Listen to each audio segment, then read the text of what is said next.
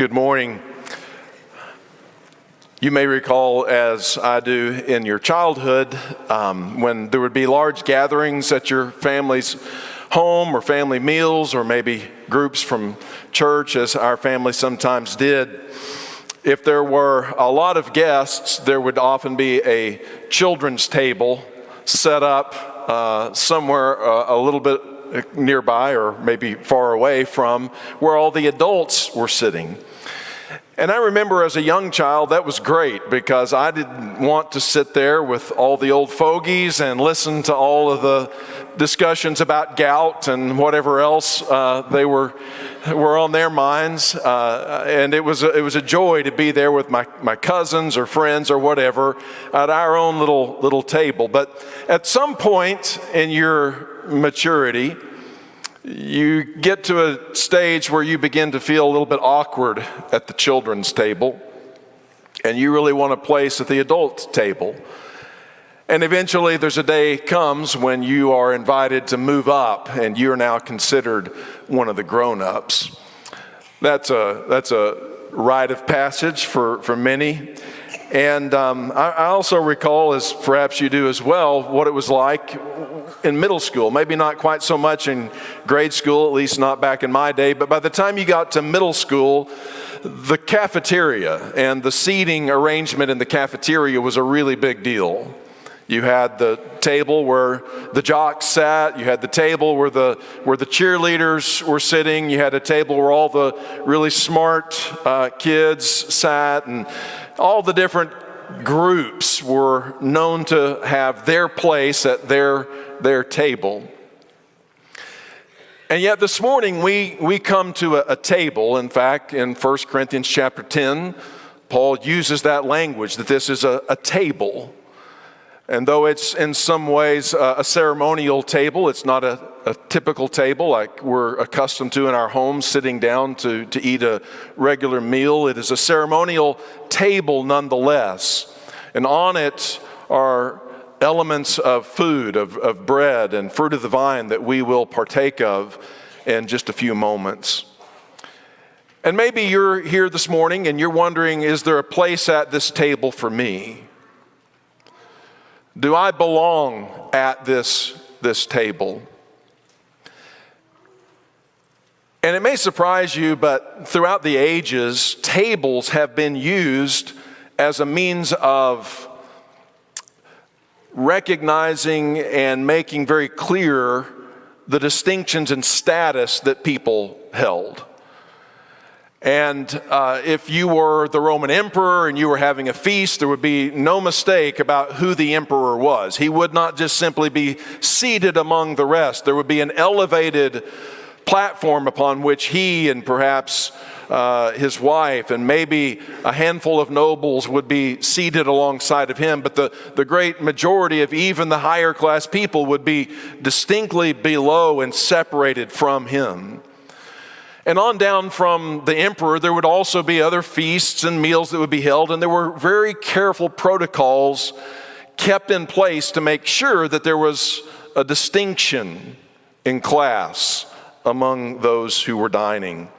Peter Leithart, in an article entitled "Despising the Church and Shaming the Poor," obviously taken from 1 Corinthians 11, details some of these rigorous protocols that they used to make sure no improper mixing of status took place in first century Roman meals. And he even cites the writing of one first century free man who felt that he had been slighted by another who had invited him to his feast. And these are actual words of a first century person talking about this matter. He says, "Since I am asked to dinner, no longer as before a client, but now as an equal, why is not the same dinner served to me as to you? You take oysters fattened in the Lucrian lake, I suck a mussel through a hole in the shell. You get mushrooms, I take hog fungus. You tackle turbot, I but brill.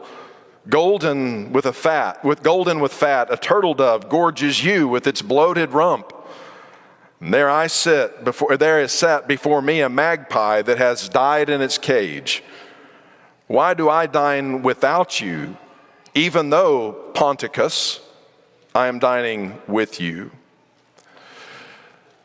It was quite clear that this Ponticus, whoever he was, wanted to make it very clear by the things that he ate that even though he had invited this other fellow who's writing this to his feast, that there was a clear distinction between him, the host, and this more lowly person in the celebration. We know that Jesus talks about this kind of thing as well, as he encourages people when there is a banquet not to rush in and take what? The seat close to the prominent seat, the chief seats, but rather to put oneself at the lower position. And it would be better to be promoted, he says, than demoted. Rather to have your status increase by your proximity to whoever it was that was the central figure at this feast than to be pushed further and further away from him. And so we see, whether Jewish or Roman, ancient or even modern circumstances, the food you eat, the table that you sit at, all of these have social significance and meaning. And there's a story in the Old Testament that I think speaks to this idea in a very powerful way and also foreshadows something about our gathering here at this table with the Lord and with one another. It's found in 2 Samuel chapter 9. In 2 Samuel chapter 9, beginning in verse 3. This is when David has finally become the reigning king in Israel. And the king asks, "Is there no one still left of the house of Saul to whom I can show God's kindness?" And Ziba answered the king, "There is still a son of Jonathan. He is crippled in both feet." "Where is he?" the king asked. Ziba answered, "He is at the house of Machir, the son of Amiel, in Lo-debar." Let's pause here for just a moment, because there's a lot of things going on already. First of all, David is king, and this is of the house of Saul that he is inquiring about. Now, you may remember that Saul was the previous king who spent the latter years of his life trying to eliminate David, trying to wipe him out, kill him. And you would think that David would want anything other than to honor any of Saul's descendants. But David, now that he is king, now that things have settled down and he has driven out his foreign enemies and his throne is well established, now begins to think about his predecessor, not in terms of how he can eliminate any potential rivals, but rather how he might show a kindness to the descendants of the previous king who had tried to destroy him. It's a pretty remarkable thing. And he learns that there is a remaining descendant of Saul, and he comes through specifically Jonathan, the great friend of David. One to whom David had made a covenant, promising not only that when he became king would he not take vengeance on Jonathan, but that he would also show kindness to Jonathan's children. And now we see David fulfilling the terms of that covenant that he had made with Jonathan. And so he finds out that this Mephibosheth, a younger man, is living in a place called Lo-debar. Now, Lo-debar is a Hebrew word which means no pasture. Lo means without or lacking, and debar means pasture. And so it is a barren land. It's a place of deprivation. It is a place of lack. It's the place you go when you don't want to be noticed. It's that table in the corner of the cafeteria that you go to when you don't want to be noticed or bothered by any of the cool kids in the cafeteria. It's the children's table in another room so that you won't bother the adults. And there's good reason, perhaps, for someone like Mephibosheth to retreat to a place like Lo-debar, because it is the common practice of a dynasty that replaces a previous dynasty to seek out all of the remaining heirs of the previous king, not in order to show them honor, but in order to wipe them out, so that there will not be any potential rivals to your own authority and throne and power. And so Mephibosheth, for that reason perhaps, just wants to keep a low profile in a quiet place like Lo-debar. But he is also a tragic figure in that it says that he was crippled in both feet. And the reason for that is because when the news had come of his grandfather and his father's demise in a battle with the Philistines years before this, he was 5 years old, and when that news came that Saul and Jonathan had been killed, it was the assumption that David or whoever else came to power would come and seek the lives of all the remaining heirs. And so his nurse, in a panic, picked Mephibosheth up and ran with him, but she fell and apparently fell on him or something like that happened, and he was wounded and crippled in both feet from this point on in his life. And so perhaps also not just because of who he was did he want to keep a low profile, but because of what had happened to him. The world hasn't always been as kind toward those who have disabilities as it is today. And sometimes just the things that happen to you, whether it has to do with a physical disability or some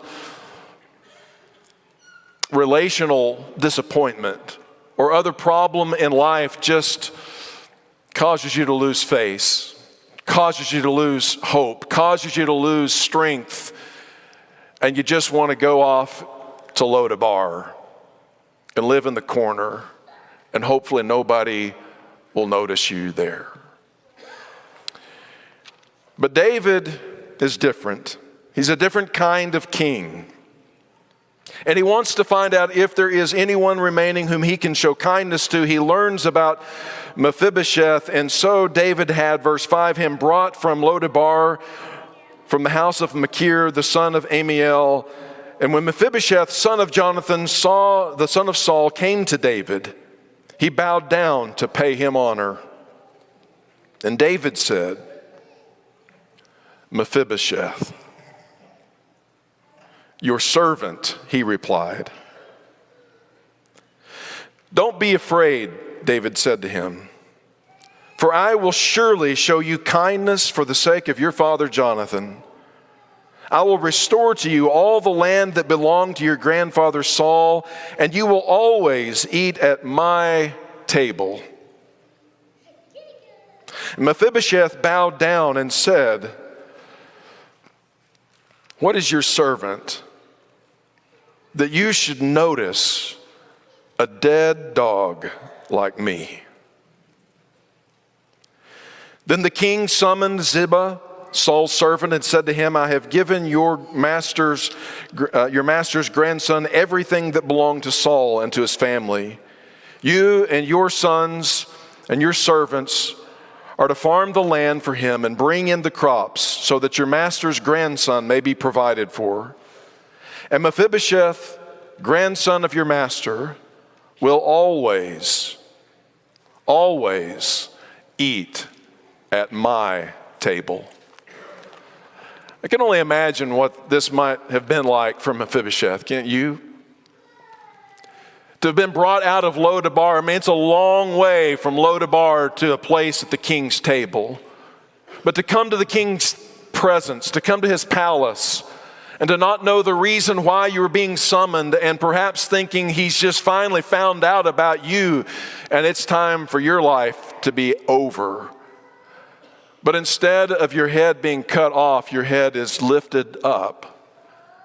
And a place is found for you, not in obscurity, but now at the king's side, a place at the royal table. And not just once in some brief gesture of honor, but as an ongoing privilege. You are now over and over and over for the rest of your life going to have the privilege of sitting with the king. That's the kind of king that David was. And Yet his grace and his mercy is truly overshadowed by his greater Son, Jesus, the Son of David, who came into this world and gave his life as a ransom for our sins. And by the shedding of his blood and the giving up of his body, provided a way for us to have access to God and provided a way for us to have peace with him, so that we might be invited from wherever we came from whatever tables we may have occupied in the past, from however low our status might have been, maybe from even the places that we've been dropped,